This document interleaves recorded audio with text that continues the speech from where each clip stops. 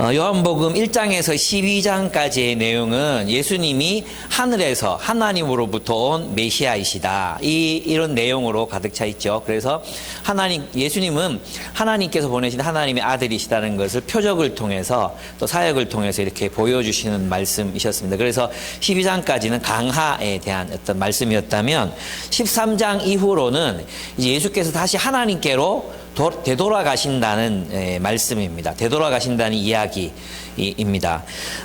그래서 이것은 이제 13장 이후를 예수님의 영광에 대한 기록이라고 말합니다.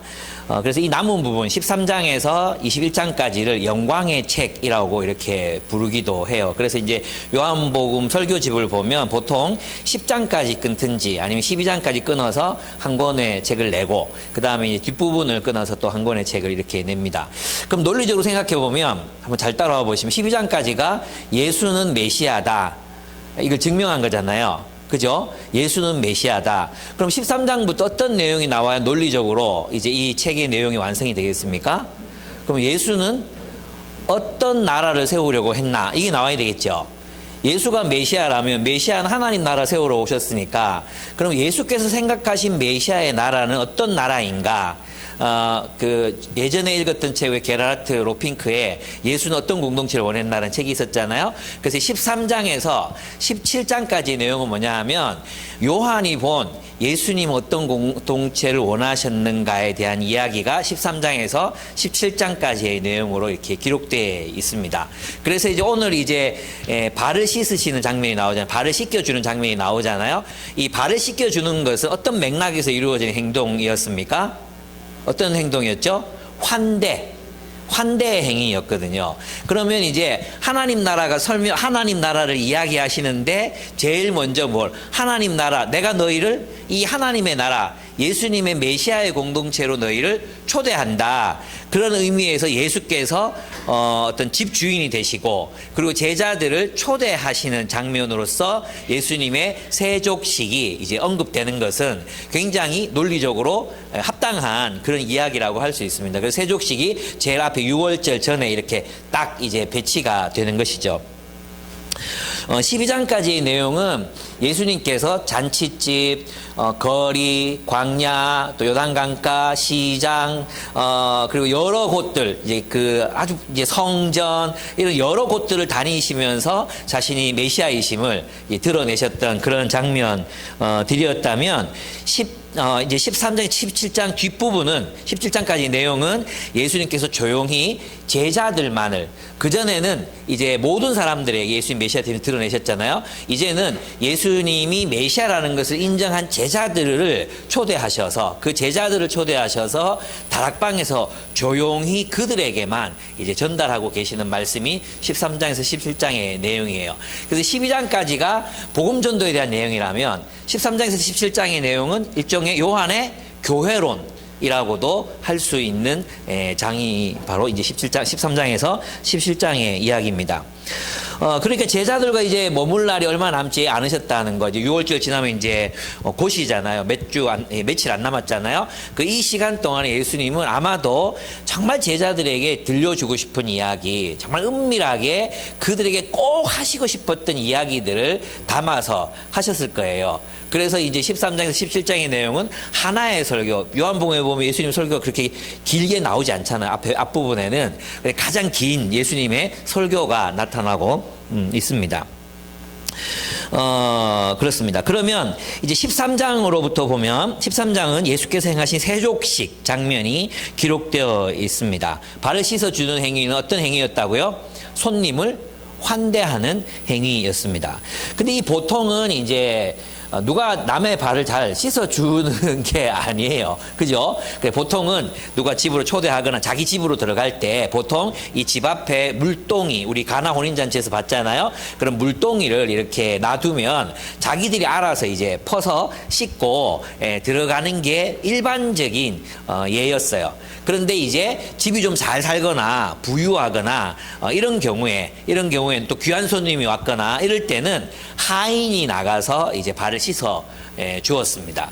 그런데 이 종은 이방인 종들은 유대인 손님들의 발을 씻어 줬는데 유대인 종들이 있잖아요. 유대인 하인.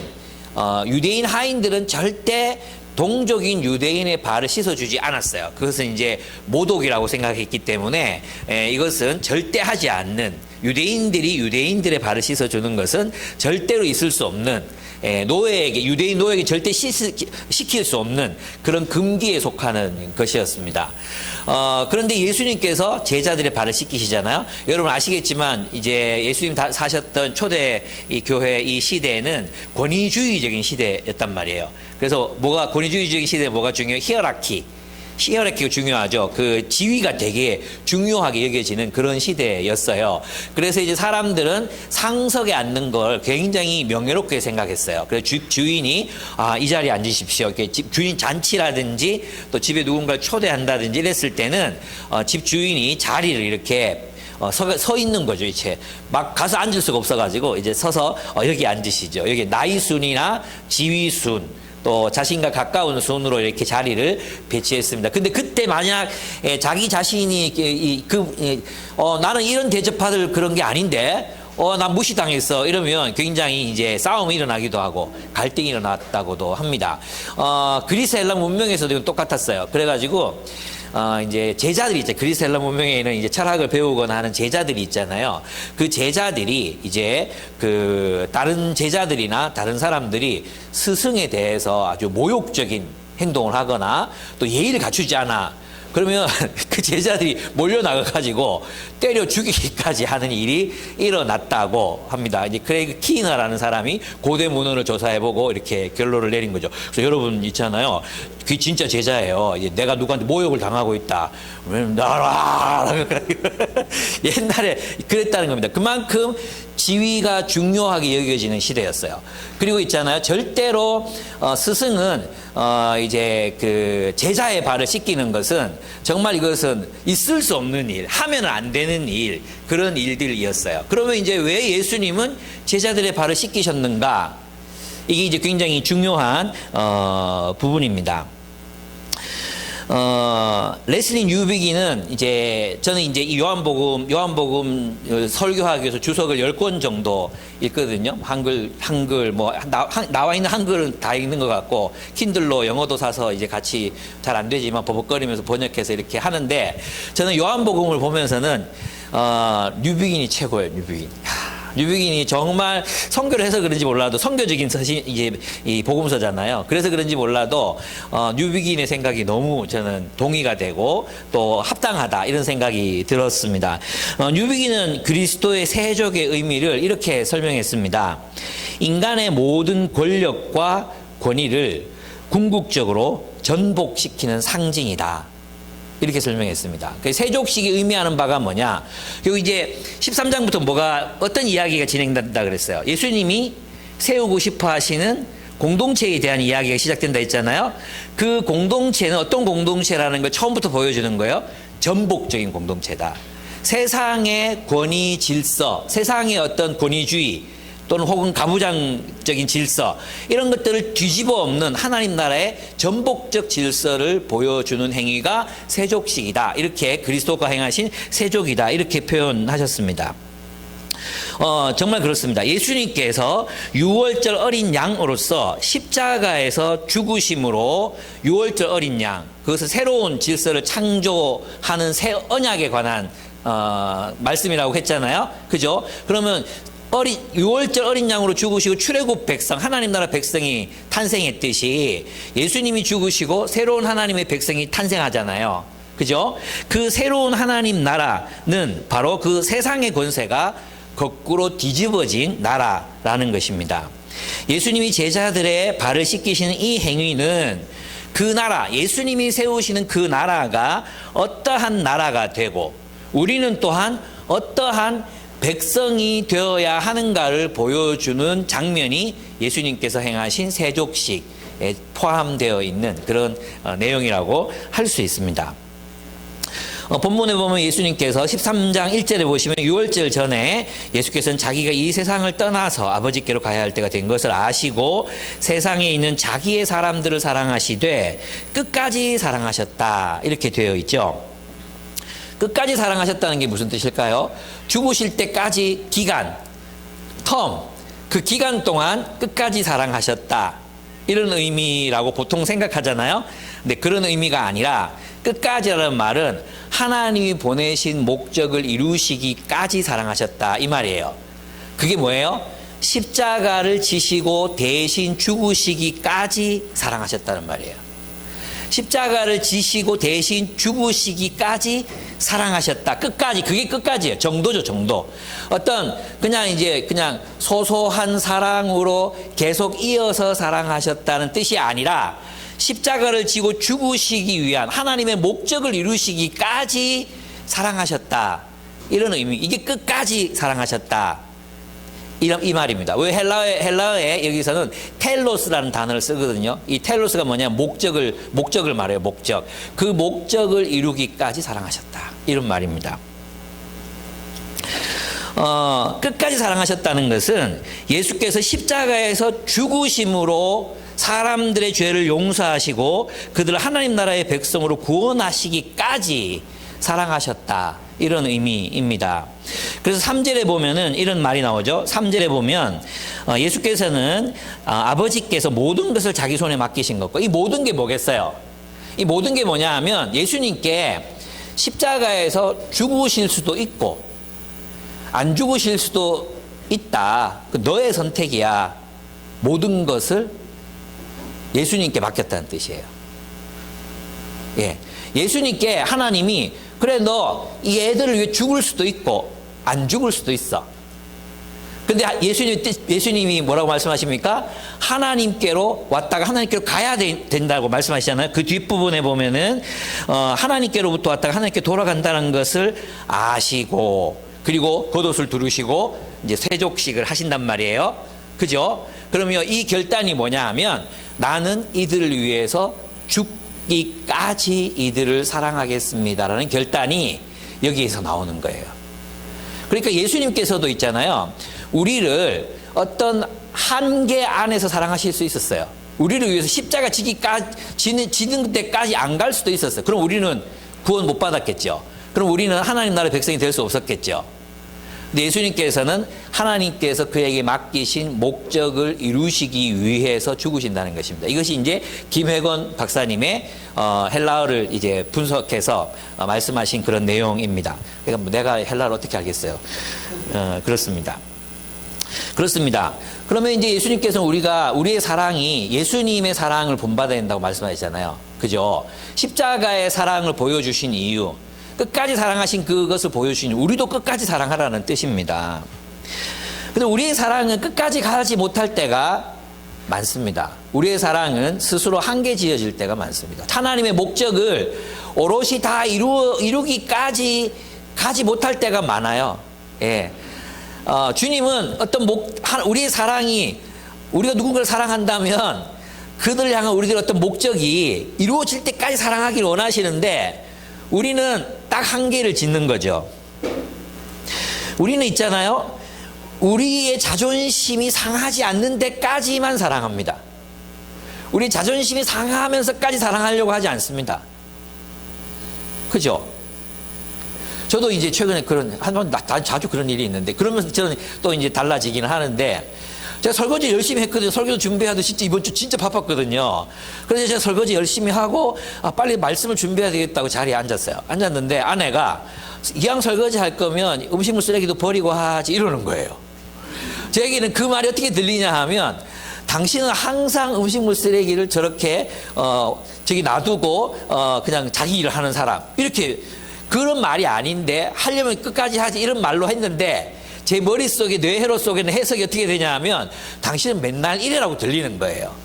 그래가지고 제가 너무 화가 나가지고 내가 오늘 일주일 내내 설거지하고 오늘 딱 한 번 고기 놔뒀다고 하니까 아내가 뭐라고 말하느냐 하면 진짜 그렇나 체크 한번 해볼까 이러는 거예요. 그래가지고 또 내 마음속에서 또 어떤 마음이 막 올라오겠습니까? 다시는 설거지를 내가 하나 봐라, 이런 어떤 세상적이고 이기적인 마음이 확 올라오는 거예요. 그럼 어떻게 해요? 내 자존심이 상하지 않는 한 난 아내를 사랑할 수 있지만 내 자존심이 꺾일 때도 사랑할 수 있는 건 아니잖아요. 그죠? 그게 뭐예요? 내가 한계를 두고 사랑하는 거죠. 한계를 두고. 내 자존심이 꺾였고 또 그렇다 할지라도 그래 여보 알겠어. 다음엔 그렇게 할게 하면 되잖아요. 예. 그게 안 된다니까. 그게 내 말 안 되나? 니들은 되나? 여러분은 됩니까? 네. 우리는 예수님이 사랑하신 것처럼 사랑하려고 하지 않습니다. 늘 우리는 우리 사랑의 한계, 금을 긋습니다. 피곤하지 않는 한 사랑하려고 합니다.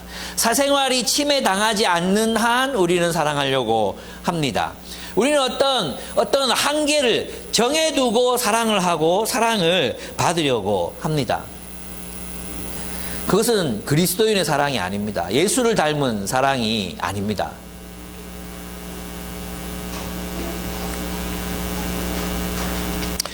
그런데 저는 위로를 받습니다. 왜냐하면 예수님도 똑같은 유혹을 받으셨다는 것입니다. 그는 우리를 사랑하시되 끝까지, 즉 십자가를 지기까지 사랑해야 하시는지를 갈등하셨습니다. 주여, 이 잔을 내게서 멀리하옵소서. 피할 수 있다면 이 잔이 나에게서 지나가게 하여 주옵소서. 그는 땀을 피처럼 흘리시면서 기도하심으로 그 유혹을 극복하시고 우리를 위해 십자가를 지시러 가십니다. 예수님께도 목숨을 바쳐 우리를 사랑하시는 것은 굉장히 힘든 일이었습니다. 그러니까 예수님도 잘 못했으니까 우리는 당연하지 하지 말자 이게 아니라 그게 아니겠죠. 예, 따라가야지겠죠. 아, 참 어렵다. 그렇게 하는 거 참 어렵다. 어렵지만 하자. 하나하나 이제 우리 주변에 30대들 목회하는 목사님들 만나서 들어보면 다 이렇게 설교가 나오면 다 그렇게 얘기하는데 목사님 말씀 좋은 거 알겠어요. 근데 못 살겠어요. 이렇게 얘기한대요. 좀 바꿉시다 이제. 목사님 말씀 다 알겠어요. 힘든 것도 알겠어요. 그렇지만 할 수 있는 대로 해보겠어요. 최선을 다하겠어요. 그리고 그 태도, 네, 그 태도가 여러분을 그리스도인이 되게 하는 것입니다. 그렇습니다. 예수님은 일어나서 제자들의 발을 씻으십니다. 일어나서 제자들의 발을 씻으신다는 것, 그분의 마음이 정해졌다는 뜻입니다. 내가 십자가를 향해 걸어가야겠다. 이들을 위해 죽어야겠다. 죽기까지, 끝까지 사랑하겠다는 결단을 하십니다.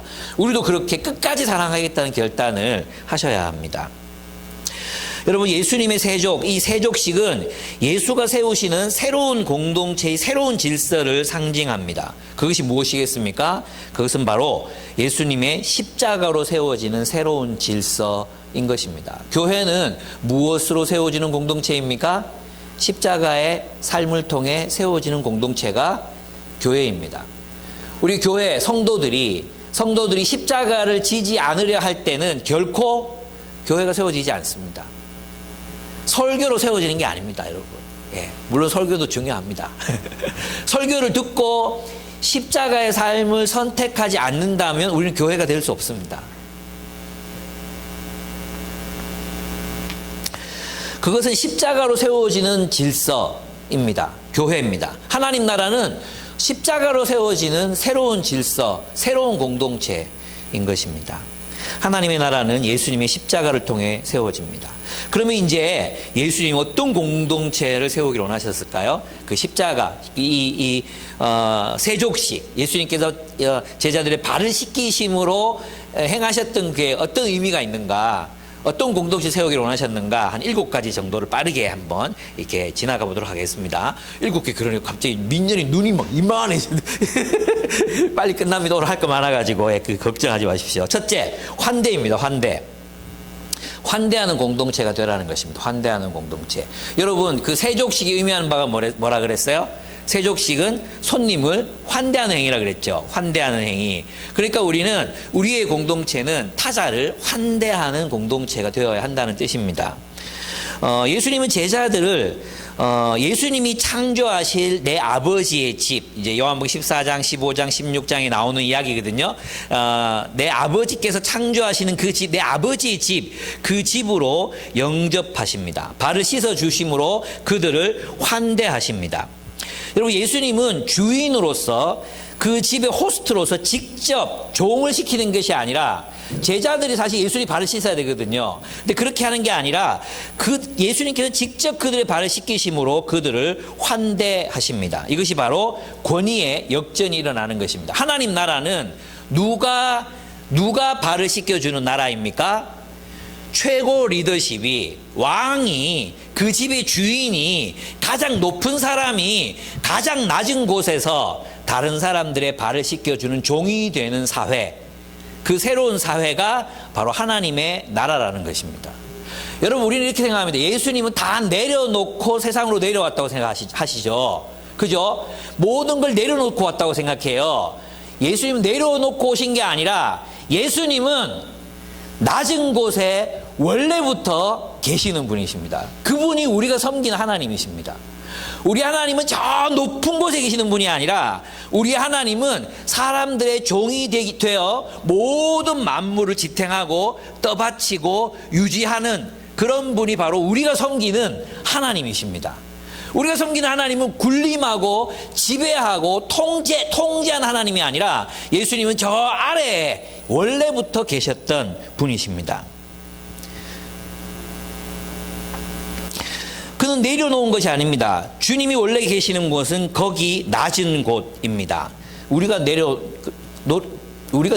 내려놓는단 말 자주 쓰잖아요. 내려놓음 뭐 이런 말을 많이 한단 말이에요. 이 내려놓음이란 말을 저는 굉장히 싫어합니다. 왜냐하면 뭘 내려놓을 게 있습니까? 예수님 앞에서. 예? 바울은 다 똥이라 그랬는데 더 귀한 걸 갖기 위해서 내려놓는 것, 내가 하나님 나라를 살기 위해서 똥을 내려놓습니다. 내가 하나님 그 귀한 진주 같은 삶을 살기 위해서 내가 가졌던 이 세상에서 가졌던 그 똥덩어리를 내려놓겠습니다. 그게 내려놓음입니까? 예? 그런 건 투척이라고 하는 겁니다. 여러분, 우리는 있잖아요. 우리 착각해요. 왜 사람들이 그 내려놓음 이런 말을 듣고 내려놓을 게 있었던 사람들이 선교사라고 하고 내려놓을 게 있는 사람들이 뭔가를 하나님의 일을 하면 사람들이 벌떼같이 모여들어서 그의 이야기에 귀를 기울입니다. 여전히 그는 올라갈 수 있는데 안 올라간다는 어떤 동질감, 여기 있는 거죠. 한국교회 검은 욕망, 숨겨진 유선적인 욕망이 내려놓음이라는 말 속에 있다는 거 여러분 간파하셨습니까? 저는 뭐 그 선교사님을 제가 뭐 비판하고 싶은 마음은 없어요. 근데 이 내려놓음을 소비하는 우리들의 태도, 그죠? 내려놓음, 한국교회의 어떤 태도, 내려놓음. 그럼 내려놓을 게 있는 사람의 이야기에 귀를 기울이겠다는 뜻 아닙니까? 뭘 내려놓습니까? 아니, 지가 뭐 하버드를 나왔든, 뭐 의사든, 뭐, 그거랑, 뭐 지방대를 나왔든, 그게 하나님 앞에서 뭘 내려놓습니까? 나도 내려놨다, 그러면. 뭘 내려놓습니까? 내려놓을 거 없습니다. 여러분, 이건 기독교를 심각하게 오해하는 겁니다. 기독교는 원래 가장 낮은 곳에서 섬기는, 우리 하나님은 원래 낮은 자리에 계신 분입니다. 우리 하나님의 보좌는 저 높은 데 있는 게 아니라 가장 낮은 자리에 있습니다. 모르셨죠?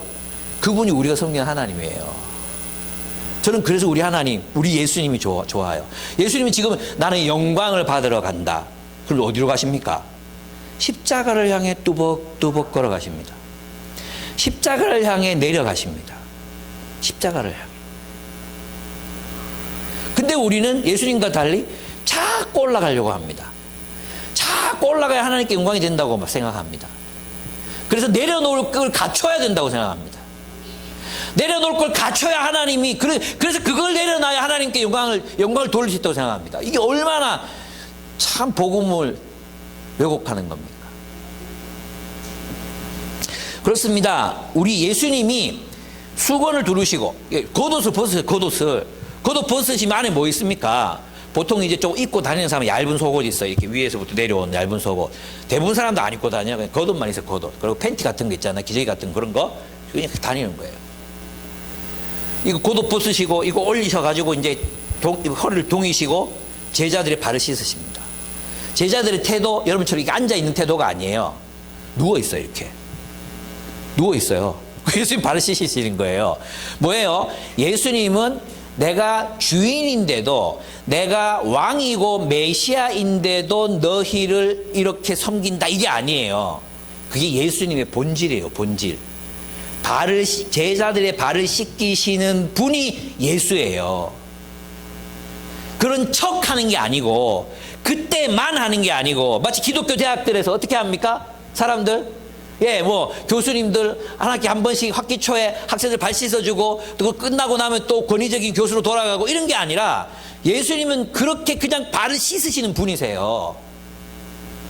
이게 뭐예요? 세상의 권위의 역전인 거예요. 내가 왕인데 너희 발을 씻긴다, 너희 겸손해라, 이런 의미가 아니라 진정한 본질 자체가 뒤집어지는 것입니다. 권위의 역전이 일어나는 것입니다. 그래서 너희가 그 하나님 나라에서 큰 자가 되려면 뭐해야 돼? 지극히 낮은 자가 돼야 되고, 모든 사람을 섬기는 자가 되어야 하리라. 그 섬기는 자, 그 자신이 예수님이셨던 것입니다. 여러분 어떻습니까? 여러분은 그렇게 섬기는 자로서의 자신의 정체성을 가지고 계십니까? 그것이 영광이다 생각하십니까? 우리는 낮은 자리에서 타자로 환대해야 합니다. 낮은 자리에서. 주인의 입장이 아니라 무릎 꿇고 손님들의 발을 씻어주는 낮은 자리에서 타자를 환대해야 합니다. 세상에서의 자신의 지위와 신분을 유지한 채로가 아닙니다. 내려놓음이란 말 뒤에는 여전히 그가 올라갈 수 있는 가능성을 내포하기 때문에 사람들이 귀를 기울입니다. 아까도 말씀드렸잖아요. 내려놓을 건 똥밖에 없습니다. 그런 똥을 내려놓는다는 말을 쓰지는 않습니다. 우리 주인은 종이십니다. 주님은 우리를 그 전복된 질서의 하나님 나라로 우리를 환대하십니다. 그렇습니다. 첫째 환대. 두 번째, 예수님이 발을 씻으셨다는 것은 바로 전복의 공동체가 되라는 뜻입니다. 우리는 이 새로운 질서를 수납해야 됩니다. 그죠? 예수님의 나라로 들어가려면 예수님이 세우시는 그 새로운 질서, 그것으로 들어가야 합니다. 그래서 이제 게르하트 로핑크는 예수는 어떤 공동체를 원했나 해서, 기독교 공동체는 지배하기를 포기한 공동체라고 말합니다. 지배하기를 포기한 공동체. 여러분 이제 여기에서 이제 베드로의 태도가 나오는 거예요. 베드로의 태도를 한번 보십시오. 6절을 보시죠. 6절을 보시면 시몬 베드로의 차례가 되었다. 이때 베드로가 예수께 말하였다. 주님께서 내 발을 씻기시렵니까? 예수께서 그에게 대답하되 내가 하는 일을 지금은 네가 알지 못하나 나중엔 알게 될 것이다. 베드로가 다시 예수께 말했다. 아닙니다. 절대로 내 발을 씻기지 못하십니다. 이렇게 이제 이야기합니다. 절대로 씻기지 못하십니다. 무슨 뜻입니까? 나는 당신이 가지고 온 질서를 받아들일 수 없습니다. 이런 뜻이에요. 내가 살아가는 세상 질서는 스승이 제자의 발을 절대 씻기지 않습니다. 내가 살아가고 있는 세상 질서는 제자가 스승의 발을 씻기면 씻겼지, 절대 스승이 제자의 발을 씻기는 일이 없습니다. 나는 그 질서 속에서 살기를 원합니다. 여기 포함되어 있는 거예요. 그러니까 베드로는 지금 예수님이 어떤 하나님의 나라를 상상하고 꿈꾸시는지 전혀 감이 없는 거예요. 예수님께서 종이 되셔서 발을 씻기시는 이유는 그 거꾸로 된 질서를 보여주시기 위한 건데, 그거가 전혀 이해가 안 되는 겁니다. 그러니까 예수님께서 내가 너의 발, 그러니까 이 새로운 질서를 베드로는 수납해야 돼요. 지금은 깨닫지 못하지만, 하나님 나라가 바로 이 종이 되는 거구나. 십자가를 따르는 거를 베드로전서 보십시오. 그죠? 십자가의 본을 따르는 거구나. 십자가의 본을 따를 때 하나님 나라가 세워지는구나. 베드로전서, 베드로후서에 보면 이제 베드로가 나중에 어떻게 됩니까? 깨닫게 되잖아요. 그 내용이에요. 그 내용. 지금은 전혀 이해를 못해. 하나님 나라의 새로운 질서가 베드로에게 깨달아지지 않는 거예요. 그래서 어떻게 말하는지 하면, 예수님이 이제 그러면 네가 나와 아무 상관이 없다, 이렇게 이야기하니까 베드로가 뭐라고 말합니까? 그러면 내가 너를 씻기지 않으면 너는 나와 상관이 없다. 그러자 시몬 베드로 예수께 말하였다. 주님, 내 발뿐만 아니라 손과 머리까지 씻겨 주십시오. 이렇게 말합니다. 무슨 말입니까? 여기서 있잖아요. 여기 앞에 본문에서 절대로 내가 너를 씻기지 않으면 너는 나와 상관이 없다. 이 상관이란 말이 있죠. 상관. 이 상관이란 말이 어디에서 나오는 말이냐 하면, 하나님 나라의 분깃과 상관이 없다. 유산과 상관이 없다. 이럴 때 쓰는 말이에요. 그러니까 있잖아요. 그럼 내가 너의 발을 씻기지 않으면 너는 나와 상관이 없다는 말은 뭐냐 하면 하나님 나라에서 혹은 예수님과 가까이 지내면서 누리게 되는 특혜는 너에게 없다. 이런 뜻이거든요. 그죠? 네 발을 씻기지 않으면. 그러니까 베드로가 깜짝 놀라가지고 뭐라 온몸을 씻어주십시오라고 얘기하는 거예요. 온몸을 씻어주십시오. 온몸을 씻어달라는 게 뭐예요? 그럼 발뿐만 아니라 내 온몸을 다 씻어주십시오. 어떤 뜻입니까? 여전히 베드로는 세상적인 질서 속에 있어요. 무슨 말이냐 하면 그럼 발만 씻지 말고 온몸을 씻겨주십시오. 나는 주님과 상관이 있는 자이고 싶습니다. 당신께 특별한 존재이고 싶습니다. 나는 당신께 특별한 관계, 특별한 지위 속에서 당신 가까이에서 당신의 나라가 오실 때 한 분깃을 차지하고 싶습니다. 이런 의미가 여기 포함되어 있는 거예요. 베드로는 철저하게 세상적인 논리 속에서 여전히 이해하고 있어요. 근데 베드로는 주님의 진짜 제자이기 때문에 점점 이것을 깨달아 갈 것입니다. 그렇죠. 너희는 이제 베드로가 이런 말 하고 싶은 거예요. 야, 니들은 예수님이 발만 씻어주셨지. 나는 온몸을 다 씻어줬다. 이런 거예요. 그러니까 있잖아, 이 고린도 교회에 보면은, 야, 니 누구한테 세례 받았어? 너 누구한테 침례 받았어? 나 베드로한테 받았지. 나 바울한테 받았지. 나는 예수한테 받았다. 뭐 이런 식으로 이제 그게 막 이렇게 되잖아요. 그런 것처럼 여기도 다 씻어주십시오. 이게 무슨 말이에요? 나는 니들하고 다르다. 나는 특별한 사랑을 받았다. 나는 특별한 사랑을 받았다. 이런 의미예요. 그러니까 이제 베드로는 하나님 나라의 그 본질적인 성격을 이제 이해하고 있지 못한 것입니다. 발을 씻기시는 예수님의 행위는 예수 그리스도의 십자가의 희생으로 집결되는 행위입니다. 나중에는 결국 귀결돼요. 이제 예수님이 발을 씻으시는 행위, 이게 극단적인 사랑이 어디로 갑니까? 십자가를 지시는 사랑으로 귀결되잖아요. 그런 것입니다. 그러니까 예수님의 행위는 십자가의 희생으로 집결됩니다. 예수님의 십자가로 충분하다는 뜻입니다. 예수님이 십자가로 충분해요. 예. 예수님이 십자가에 뭘 보태면 안 돼요. 뉴비기는 여기에 무엇을 더 보태면 안 된다고 말합니다. 십자가로 충분하기 때문에. 우리는 있잖아요. 자주 우리 침례 받고 그 다음에 뭐예요? 할례를 받아야 된다. 뭐하고 금욕해야 된다. 뭐하고 뭘 더 해야 된다. 이런 식으로 우리는 우리 자신을 특별한 존재. 나는 영지, 나는 깨달았다. 우리 그 특별한 어떤 것들을 자꾸 보태려고 하잖아요. 그러나 예수님의 발을 씻기시는 이 행위 그 자체로 이미 충분해요. 예. 온몸을 씻는 것, 이미 우리는 예수님이 십자가의 그 섬김, 십자가의 희생으로 우리 하나님 백성이 됐거든요. 여기다가 뭘 덧붙일 게 없다니까요. 온몸을 씻어주십시오. 나를 특별히 대우해 주십시오. 나를 더 가까운 존재로 여겨주십시오. 이럴 수 없다니까요. 그렇습니다. 7절 여러분의 표정을 보니까 나중에는 깨닫게 될 것입니다. 우리가 섬기는 하나님은 참으로 비천한 종이 되어 우리를 섬기시는 그런 하나님이신 것을 보여주십니다. 그러니까 주님이 세우시는 이 새로운 공동체는 전복적 공동체인 것이죠. 이 새로운 질서를 수납해야 합니다. 그죠? 이 전복적 질서. 예. 근데 베드로는 이걸 깨닫지 못해요. 세상의 질서를 여전히 고집하고 있죠. 예수님 세우시고 자신 나라는 거꾸로 뒤집힌 나라인데, 아래에서 위로 섬기는 나라인데, 그죠? 예. 그걸 아직 깨닫지 못하고 있습니다. 여러분이 그리스도인이 되려면 바로 이 전복적 질서를 받아들이셔야 한다는 것입니다. 그래서 이 전복적 질서를 받아들이는 게 뭐예요? 바로 회심입니다. 그래서 이제 씻으시는 것은, 예수님이 제자들의 발을 씻기시는 것은, 기독교 공동체는, 교회는 회심의 공동체가 되어야 한다는 것을 의미하는 것입니다. 회심이란 그냥 나 예수님을 그리스도로 믿어요, 이렇게 말하는 게 회심이 아니라 그 전복적인 하나님 나라의 질서를 수납하는 것, 그것이 회심이에요. 그 새로운 질서 속으로 들어가는 것, 그것을 회심이라고 말합니다. 흉내 내기가 아닙니다. 진정으로 십자가를 통해 세워진 그 하나님 나라의 질서를 받아들이는 것, 그 전복적 질서를 받아들이는 것, 그것이 바로 회심입니다. 그럼 예수님의 그 전복적 질서는 무엇입니까? 그리스도의 말씀이에요. 그리스도의 말씀을 받아들이는 것, 그리스도의 말씀을 수납하는 것, 그게 뭐예요? 회심이라는 것입니다.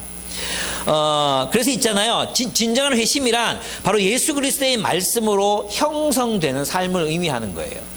예수 그리스도의 말씀으로 포메이션, 우리의 가치관, 세계관, 우리의 삶, 우리의 공동체, 이 모든 것들이 형성되어 가는 것. 그게 뭐예요? 회심이라는 것입니다. 근데 가룟 유다는 뭐라고 말합니까? 이 본문에 보면은 가룟 유다는 이 전복적 질서인 예수 그리스도의 말씀을 받아들일 수가 없었습니다. 그는 여전히 그리스도의 말씀이 무엇입니까? 계속 말씀하신 게 뭐예요? 하나님 나라는 유다야. 하나님의 나라는 네가 생각하는 것처럼 지배와 굴림과 정복을 통해 오는 게 아니야. 하나님의 나라는 십자가를 지는 삶으로 오는 거란다. 십자가를 통해 평화의 공동체가 세워지는 거야. 예수님은 계속 말씀하셨고 표적을 통해 보여주셨고 지금은 유다의 발을 씻기시면서 그것을 보여주고 계십니다. 근데 유다는 뭐예요? 동의하지 않습니다. 가룟 유다는 자신의 아젠다를 포기하지 않습니다. 아니, 내가 생각하는 하나님 나라는 당신이 생각하는 하나님 나라가 아니에요. 나는 처음에는 당신이 메시아일 수 있다고 생각했어요. 당신은 메시아가 될 수 없어요. 당신은 메시아가 아니에요. 이게 바로 처음부터 그의 마음속에 점점 싹이 텄던 생각이었어요. 그러다가 식사할 때 이 생각이 결단하게 된 거예요. 그러니까 있잖아요. 이게 씨를 뿌렸다 그러는데 이 가룟 유다의 마음속에 이미 이런 예수님을 메시아로 믿지 못하겠다. 예수가 메시아는 사실 믿지 못하겠다. 팔아야 되겠다. 그러니까 팔아 넘겨야 되겠다. 이 자는 죽는 게 낫다. 이렇게 생각하게 된 게 처음부터 의심에 계속 꼬리를 물다가 지금 와서 이제 결단하게 된 거죠. 그래서 이제 이게 이제 마귀에게 자신의 마음을 사로잡히게 되는 거예요. 우리도 마찬가지예요. 여러분 마음속에 있잖아요. 누군가한테 상처받았던 거, 분노하는 거, 보복심, 복수심, 또 뭐 있잖아요. 그런 어떤 악한 마음들 있잖아요. 그런 마음들이 자라도록 내버려 두면 나중에 어떻게 돼요? 결국 사탄에게 포세션 되는 거예요. 사탄에게 사로잡히게 돼요. 그게 지금 유다의 상태예요. 유다는 자신의 마음을 악에게 허용했기 때문에 유다가 되는 거예요. 예. 요 식사하는 순간에 갑자기 밥 잘 먹고 있다가 삐르르 팔아야 되겠다 이렇게 된 게 아니고 그의 마음을 계속 악에게 오픈해 놓고 있다가 그걸 죄는 생각하지 않는 거랬잖아요. 진짜 예수가 메시아인 거 생각해 보지 않고 계속 자신의 아젠다를 붙잡고 고집하고 자신의 메시아상 이걸 예수의 말씀, 십자가의 말씀, 십자가의 복음 그걸 받아들이지 않는 거죠. 그래서 그는 깨끗하지 않은 자, 다 깨끗하지만 모두가 그렇지 않다 그랬잖아요. 근데 성경에 보면 뭐라 요한복음 15장에 보면 너희는 내가 일러준 말로 깨끗하게 되었으니 그랬단 말이에요. 그죠? 그게 뭘로 깨끗해지는 거예요? 말씀으로. 그 전복된 하나님 나라의 질서를 무엇으로 받아들일 수 있습니까? 주님의 말씀에 순종함으로, 말씀을 연구하고 묵상하고 깨닫고 살아감으로 우리는 회심에 이룰 수 있습니다. 여러분은 예수 그리스도의 말씀으로 형성되어가는 제자들이 되시기를 축복합니다. 머리만 염색되어 있는 사람이 아니고 머리카락만, 여러분 가만히 보면 있잖아요. 머리카락만 그리스도 색깔로 이렇게 염색되어 있어요. 그리스도의 색깔 금발인지는 잘 모르겠지만 요 머리카락 밑으로는 전부 세상 사람이야. 그러면 안 되잖아요. 우리의 이 뇌, 무의식, 우리 이 창자에서 감정이 나온다 그러더라고요. 잘 먹어야 돼요. 그래서 이 창자, 우리의 내장, 우리의 근육, 우리의 삶, 이 모든 것들이 그리스도의 말씀으로 형성되어야 합니다. 말씀을 붙들고 살아야 되고, 말씀을 묵상하면서 살아야 되고, 예, 그렇게 하셔야 돼요. 그것이 회심이라고 할 수 있습니다. 회심의 공동체. 그래서 기독교 공동체는 회심의 공동체, 회심한 사람들의 공동체이고 회심하고 있는 사람들의 공동체라고 할 수 있습니다. 네 번째, 이 공동체는 섬김의 공동체입니다. 그렇죠. 예수님이 뭐라고 말씀하셨어요? 14절 한번 보시겠습니까? 14절, 15절 한번 같이 읽어보도록 하겠습니다. 14절, 15절입니다. 세 번역으로 읽겠습니다. 시작. 주이며 선생인 내가 너희의 발을 씻겨 주었으니 너희도 서로 남의 발을 씻겨 주어야 한다. 내가 너희에게 한 것과 같이 너희도 이렇게 하라고 내가 본을 보여준 것이다. 이렇게 말씀하셨습니다. 이게 뭡니까? 섬김이죠. 섬김. 섬기는 척이 아니라 섬기는 존재로 살아가야 하는 거예요. 예, 섬기는 존재로. 교회는 섬기는 존재로 살아가는 사람들의 모임입니다. 대접을 받으려 하지 말고 대접하는 사람, 찬사를 받으려 하는 게 아니라 먼저 찬사를 보내는 사람, 연락 오기를 기다리는 사람이 아니라 먼저 연락하는 사람, 사랑받기를 기다리는 사람이 아니라 먼저 마음을 열고 사랑하는 사람, 그런 사람들로 살아가는 것, 그것이 바로 교회이고 그리스도인이라고 할 수 있습니다. 여러분 어떻습니까? 여러분은 섬김 받기를 원하십니까? 섬기고 계십니까? 섬기는 자로 살고 계십니까? 여러분 섬기는 자로 살기를 바랍니다. 종으로 살기를 바랍니다. 다섯 번째, 용서입니다. 용서. 예수님의 세족은 예수님 십자가에서 대속적 죽으심을 상징합니다. 예수님은 베드로의 발을 씻기지 않으면 당신과 상관이 없다고 말씀하셨습니다. 즉 무슨 뜻이었죠? 이 새로운 질서, 이 전복적 질서를 받아들여야 된다고 말씀하셨죠. 그 전복적 질서의 핵심에 있는 게 뭐겠어요? 용서라는 거예요. 용서. 네. 이 새로운 질서의 핵심에 용서가 있습니다.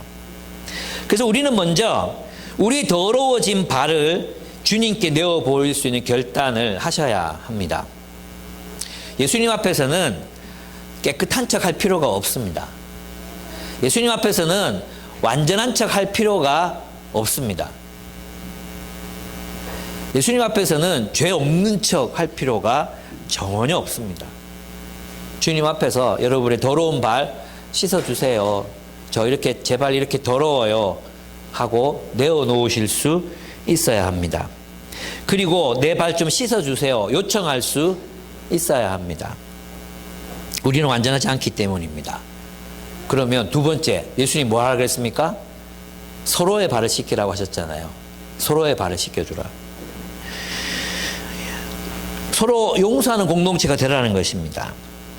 우리가 서로의 더러운 발을 씻어주기로 하는 결단, 이 결단이 뭡니까? 그 사람의 결함, 죄성, 이기심, 교만함, 변화되지 않는 모습에도 불구하고 그를 씻어주고 환대하기로 결단하는 삶을 살아야 한다는 것입니다. 환대해라. 누구를 환대해요? 내가 좋아하는 사람들, 향기가 좋은 사람들, 냄새가 좋은 사람들이 아니라, 그들만이 아니라 냄새가 싫은 사람들, 그런 사람들까지라도 그들의 발을 씻기라는 건 뭐예요? 그 냄새를 맡고 환대하라는 거죠. 환대.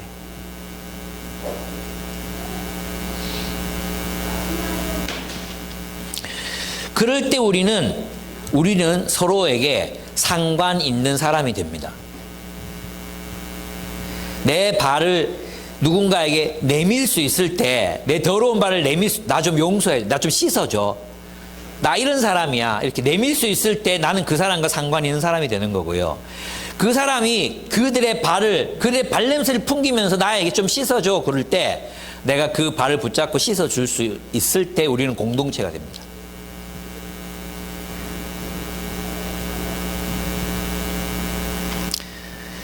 그렇습니다. 우리 더러운 발을 내밀어 씻어달라고 요청하는 것, 나도 그래요. 나도 완전하지 않아요. 내가 실수했어요. 하나님 뜻이 아닌데 자꾸만 그렇게 되네요. 내 잘못이었어요. 내가 잘못했어요. 그렇게 할 수 있어야 된다는 겁니다. 제 아내가 그랬잖아요. 이제 그러니까 막 이렇게 체크해봐야 되겠네. 제가 그 말에 좀 돌았거든요. 완전 빽 돌아가지고 체크해봐야 되겠네. 체크할까? 진짜 해볼까? 막 이런 마음이 막 들었거든요. 그래서 삐져가지고, 호날두가 삐진 것처럼 나도 삐져가지고 이제 자리에 앉아서 말씀을 준비도 안 되고 막 이렇게 있었어요. 그랬더니 아내가 한 5분 뒤에 오더니 제 목을 이렇게 끌어안고, 사실 이게 목이 콱 졸려가지고 그때 좀 힘들었는데, 목을 탁 끌어안고는 용서해줘, 내가 잘못했어, 고칠게, 이렇게 말하는 거예요. 그게 뭐예요? 자기의 부끄러운 발을 내밀 수 있는 거잖아요. 그죠? 근데 사람도 어떻게 해요? 자신의 실수가 드러나면 어떻게 해요? 발끈한 자신의 실수가 드러나면 발끈한단 말이에요. 발끈. 너 그렇잖아. 발끈. 와 화내고 막 그런단 말이에요. 그럴 때 우리가 유머스럽게 넘어갈 수도, 나 원래 그런 사람이에요. 나 잘 안 바뀌잖아. 미안해. 그게 바로 서로가 그럴 수 있을 때 우리는 공동체가 돼가는 거예요. 맨날 정장만 입고 뭐 향수 뿌린 모습만 보여주고 그러라고 공동체가 있는 게 아니에요.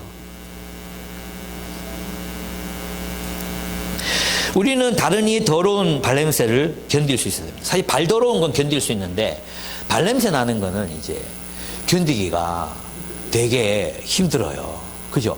더러운 발은 나한테 안 묻으면 돼요. 흙 묻은 거 이런 거 나한테 안 묻으면 되는데 이게 신발 속에서 발효가 돼가지고 이게 막 악취를 풍길 때는 이게 되게 힘들단 말이에요. 영화 기생충에 보면 그런 얘기 나오죠. 이성균이가 송강호에 대해서 자기 아내와 얘기를 나누는 장면이 나오죠. 그죠? 그러면서 이제 제가 정확한 대사는 기억이 안 나는데 그 대충 이런 얘기를 하는 거예요. 그 사람은 어때? 새로운 운전사 어때? 조효정이 물어요. 새로운 운전사 어때? 보셨죠? 어때? 이렇게 물으니까 좋은 사람인 것 같아. 이렇게 얘기하다가 근데 말이야. 그 냄새가 나. 그 냄새가 나. 그거 있잖아. 가난한 놈들한테서 나는 냄새. 지하실 냄새 같기도 하고. 몰라. 뭔가 모르겠는데 불쾌해. 이런 얘기. 대충 이런 대사입니다. 사람들에게는 유독 예민하게 느끼게 되는 그 냄새들이 있어요. 예. 저도 그렇거든요. 저도 웬만하면 다 참아줄 수 있어요. 사람들의 모습들. 웬만하면 다 참아요. 예. 뭐 죄를 많이 지었고 뭐 했고 다 참을 수 있어요. 근데 제가 유독 견디기 힘들어하는 발냄새가 있어요. 그게 뭔지 아십니까? 완벽한 척하는 거예요. 잘난 척하는 거 있잖아요. 나는 하나님이 투시의 은사를 주셔가지고 이렇게 딱 보면 보이거든요. 저 사람 가면 쓰고 있구나. 이게 보여요. 왜 하나님이 나한테 그런 거 주셨는지 모르겠는데 괴로워요. 그래서 그러면 그런 느낌이 딱 나한테 들면 어떤 생각이 드는지 아십니까? 저거 깨주고 싶다. 저거 박살내고 싶다. 막 이런 생각들이 나한테 막 올라오는 거예요. 이게 못됐죠. 되게 못됐어요. 그런 냄새를 나는 못 참겠어요. 여러분 어떤 냄새를 못 참으십니까? 사실 이제 우리 목회자 모임에 가면 이분들이 성경을 공부하신 이제 5년 정도밖에 안 되셨기 때문에 가끔씩 옛 모습이 나오거든요. 그 옛 모습이 뭐냐 하면 이제 권위주의예요, 권위주의. 이 권위주의, 목회자의 이 권위주의 이런 뭔가 그런 모습이 이렇게 탁 나오면은 제가 참 그 냄새가 되게 싫어요. 예. 근데 우리 이제 목회자 모임 안에는 그런 이제 있습니다. 그런, 권위주의, 완고함, 또 극우적인 태도, 또 어떤 분들은 줏대 없는 모습, 또 어떤 분들은 막 이렇게 너무 자기만을 막 챙겨. 공금으로 해서 뭐 회가 좀 남았어. 그러면 일부러 많이 사가지고 남겨서 집에 갖고 가. 나눠지는 게 아니라 늘 제가 갖고 가요. 그것도 갖고 가고. 그러고 보면 처음에 한두 번 할 때는 뭐 그럴 수 있지 그랬는데 맨날 그거 가니까. 맨날 그거 가니까.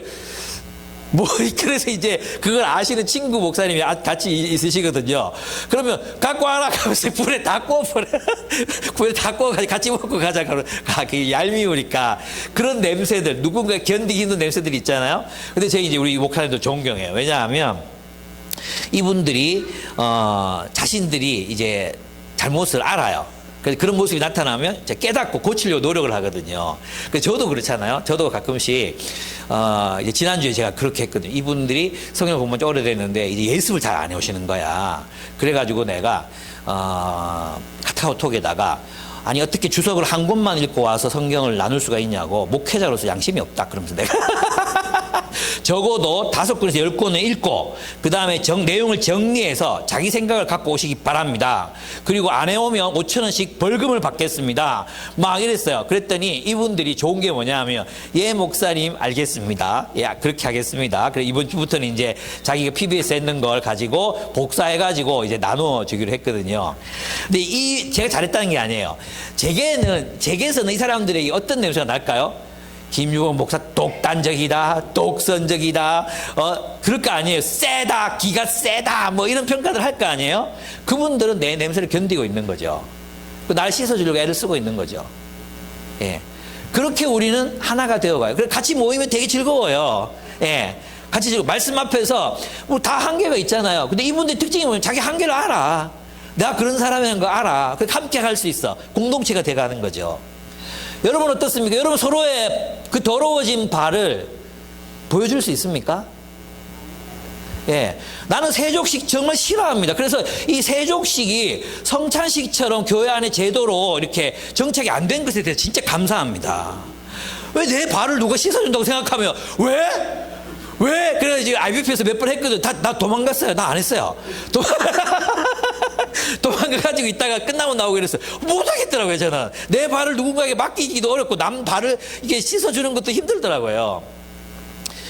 근데 우리가 서로 친해지고 하나가 되고 공동체가 되어 가기 위해서는 우리의 더러운 발을 내밀 수 있어야 돼. 나 용서해줘. 나 좀 받아줘. 나 완벽하지 않아요. 그런 고백이 나누어지고 때로는 그런 모습들이 나누어지는 게 그럴 때 우리가 어떻게 되는 거예요? 서로의 발을 씻어줄 때 우리는 뭐가 된다고요? 우리는 서로 상관 있는 사람이 되는 거예요. 그래서 완벽한 척 좀 하지 마. 예. 좀 나 이럴 수밖에 없어 그러면서 자신의 완전성을 자꾸만 이렇게 나 이럴 수밖에 없어 자기 안 깨려고 하지 마. 좀 깨져. 좀 깨져요. 어? 합리화하지 말고 좀. 합리화 그게 뭡니까? 합리화 그게 바로 자기 나 완전해 이런 거 아닙니까? 주님의 말씀에 비답해서 내가 잘못했어요. 노력할게요. 이 말이 그렇게 어렵습니까? 노력할게요. 저 원래 그런 사람이요. 이게 아니고 노력할게요. 애써보겠습니다. 하나라도 하겠습니다. 이 말이 그렇게 어렵습니까? 그게 바로 교만이야. 교만. 그게 뭐가 교만인데? 제발. 너무 목소리가 컸나? 우리 그런 교회가 됩시다. 완벽한 척 하는 사람들이 모인 유성지인 공동체가 아니라 나도 그래요. 미안해요. 고칠게요. 그렇게 말하는 공동체. 다른 사람들 바라보면서도 야, 내가 지난번에 그렇게 용서해 줬는데 또 혹하나? 아직도 그러고 있나? 그런 말도 좀 하지 마요, 이제. 우리도 그렇잖아, 우리도. 맨날 똑같이. 이제 결혼해서 이제 20 몇 주년이고, 95년에 결혼했으니까, 이제 30년 다 돼가잖아요. 25주년 얼마 전에 지났는데, 근데 맨날 똑같은 걸로 싸우거든요. 맨날 똑같은 걸로 싸워요. 맨날 똑같은 걸로. 사람이 잘 안 바뀌어. 그러니까 예수님이 온몸을 씻은 사람은 발밖에 씻을 게 없다. 그죠? 그 맨날 씻어줘야 되는 거예요. 맨날 서로 씻어주면서 사는 게 공동체예요. 6번째, 정결입니다. 정결한 공동체. 이 정결은 무엇으로 이루어지는가? 예수 그리스도의 말씀으로 이루어집니다. 유다는 예수님의 말씀을 받지 않았습니다. 그래서 그는 깨끗하지 않다 판단받는 겁니다. 그래서 이 깨끗하다는 표현이 윤리적으로 뭐 문제 없다 이런 의미라기보다도 예수의 말씀, 예수를 메시아로 인정하고 그분의 말씀을 받아들이지 않는 것, 그게 바로 더럽다는 표현이에요. 근데 깨끗하다는 표현은 그분의 말씀의 세계 속에서 계속 살아가고 있는 상태를 깨끗하다 이렇게 말하는 것입니다. 여러분이 혹시라도 범죄하고 죄를 짓고 하더라도 말씀 안에서 계속 노력하고 있다면 여러분은 깨끗한 열매를 맺을 수 있는 그런 사람들인 거예요. 그러나 말씀이 여러분의 안에서 작동하고 있지 않아. 그러면 우리는 더러운 사람이 되는 것입니다. 그렇습니다. 15장 너희는 내가 일러준 말로 깨끗해졌으나 이렇게 이 말씀 꼭 기억해야 합니다. 말씀으로 순결해져가는 여러분 되시기 바랍니다. 7번째, 이 공동체는 서로에게 기회를 주는 공동체입니다. 뭘 주는 거예요? 새로운 기회를 주는 공동체가 기독교 공동체입니다. 주님은 우리의 발을 날마다 씻어주시고 날마다 우리를 새롭게 환대하시며 날마다 새로운 교제를 열어가시는 분이십니다. 예수님이 우리의 발을 씻어주시는 거 왜 씻어주시겠습니까? 새로운 기회를 주시기 위함인 것입니다. 그래서 우리는 서로에게 늘 새로운 기회를 주는 사람으로 살아야 된다는 것입니다. 주님이 그러셨으니까. 여러분 서로에게 늘 새로운 기회를 주고 계십니까? 왜 이 공동체는, 왜 이 사람은, 왜 맨날 똑같은데? 자기를 좀 보세요, 자기를 좀 보면 맨날 똑같은 소리, 왜 맨날 이런데, 맨날 자기 똑같은 말 하고 있잖아요. 그죠? 자기가 안 바뀌잖아요. 자기가 맨날 똑같으면서. 왜 딴 사람 보고는 왜 맨날 똑같은데 그래서 변화를 요구해. 지가 맨날 왜 맨날 똑같은 말 20년째 하고 있잖아요. 그게 안 바뀌는 건데. 새로운 기회를 주는 거, 새로운 기회. 모두에게 새로운 기회를 주는 거. 그게 용서야. 그 공동체. 예수께서 바라셨던 공동체가 바로 그런 공동체예요. 그래서 우리도 늘 새로운 기회를 주어야 합니다. 예수님의 제자훈련이란 책에 보면 그런 얘기 나오죠. 예수님 그 제자훈련가로서의 자질 중에 중요한 자질이 뭐냐 하면 초지일관의 자질이 있어요. 초지일관의 자질. 그 초지일관의 자질 중에 이제 설명한 걸 보면 어떤 게 나오냐 하면 제자들에게 자신을 반대할 기회를 주는 것. 심지어 자신을 버리고 떠날 기회조차까지 주는 것. 그게 바로 제자훈련가의 자질이라고 표현해요. 예수님의 자질이라고 표현하고 있습니다. 예수님께서는 우리에게 실패할 수 있는 기회를 주셨습니다. 다시 일어설 수 있는 기회도 주셨습니다. 우리에게 실수를 할 수 있는 기회도 주셨습니다. 죄 짓고 돌아올 수 있는 기회도 주십니다. 그래서 우리가 이 예수를 닮아간다는 것, 예수가 원하시는 공동체가 된다는 건 뭐예요? 서로가 서로에게 무엇을 주는 거예요? 새로운 기회를 주는 거예요. 날마다. 또 실패할 기회, 또 죄 지을 기회, 또 나한테 이상한 소리 할 기회. 이런 기회를 허용하는 거. 그게 바로 발을 씻는, 타인의 발을 씻는 그런 행위라는 것이죠. 예, 그렇습니다. 그래서 우리도 늘 새로운 기회를 사람들에게 주어야 합니다. 결론을 맺겠습니다. 우리가 세워야 할 공동체는 새 언약의 공동체입니다. 이 공동체는 서로 섬기는 공동체입니다. 군림하고 지배하는 공동체가 아니라 가장 높은 자가 가장 낮은 자리에서 섬기는 공동체, 서로 종노릇하는 섬김의 공동체, 전복의 공동체가 바로 이 예수께서 세우기를 원하셨던 공동체입니다. 우리 함께 그런 교회 세워갔으면 좋겠습니다. 함께 기도하겠습니다. 제가 한번 기도하고 오늘